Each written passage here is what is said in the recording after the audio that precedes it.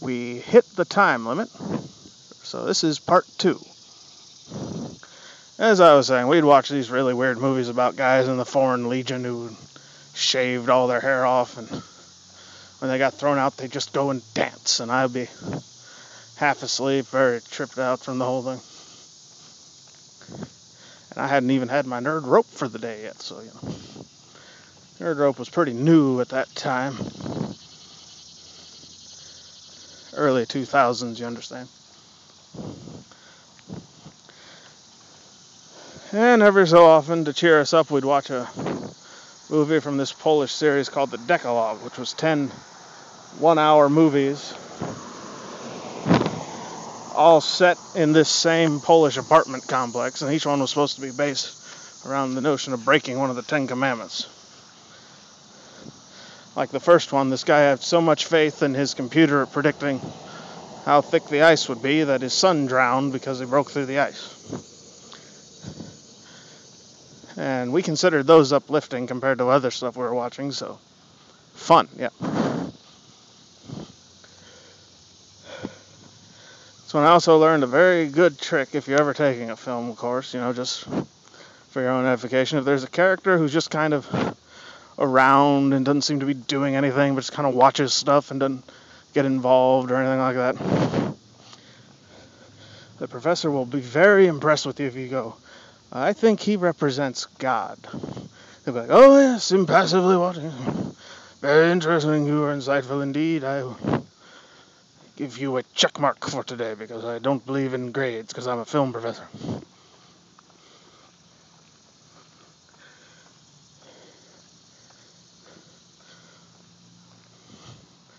We've actually now passed into what used to be the Western College of Women. It has long since been absorbed into Miami because now the women go where they like, just like everybody else. Everybody else would just be men, I suppose.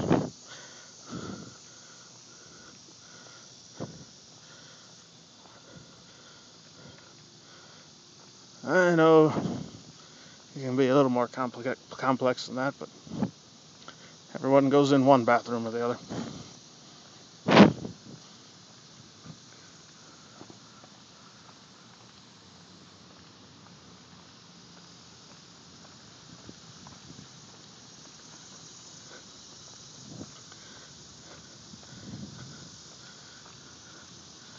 Getting very close now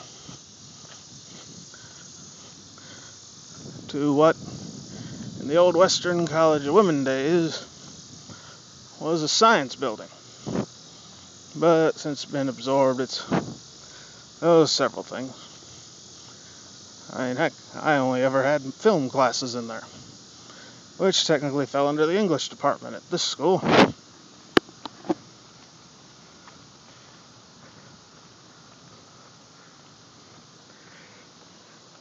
Oh, yes, watched many interesting. I had my satire and film course we met in here. It's because of that class. I one time wrote a midterm essay that discussed Monty Python and the Holy Grail, the South Park movie, 1984. Making Mr. Right, which is a weird movie where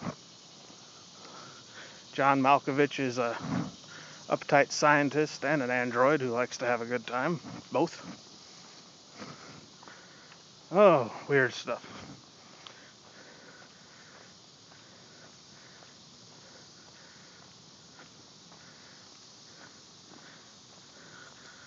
Down in that lower area down there one afternoon, we went out and had a nice hearty discussion of Akira Kurosawa's Throne of Blood, which is a Japanese samurai version of Macbeth. So many different things. Well, here we are coming up Boyd Hall. That's where I was heading.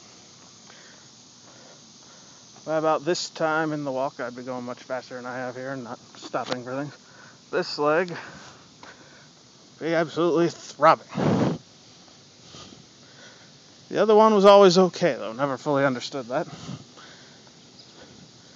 And it was sometimes in the winter, so I have my heavy coat on. Backpack slung over the shoulder. making my way as fast as I could.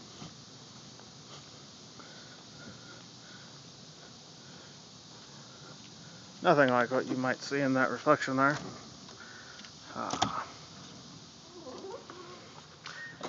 Sneak in. Oh, good. So disappointment. Hefting and hawing.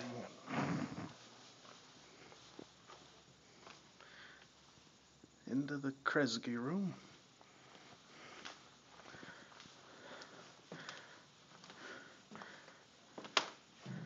And here.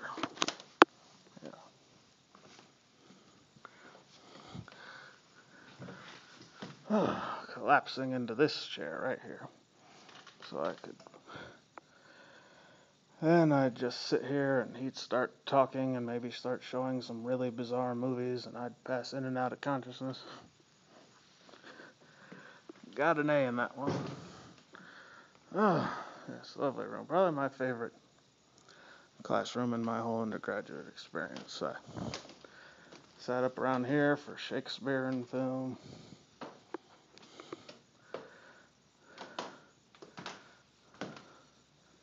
No, tragedy.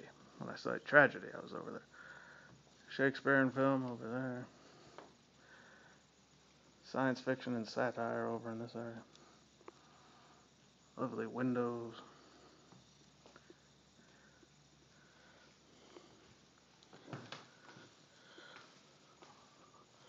Miss Chalkbird learned about Northrop Frye and the pre-generic modes and a chiasmus.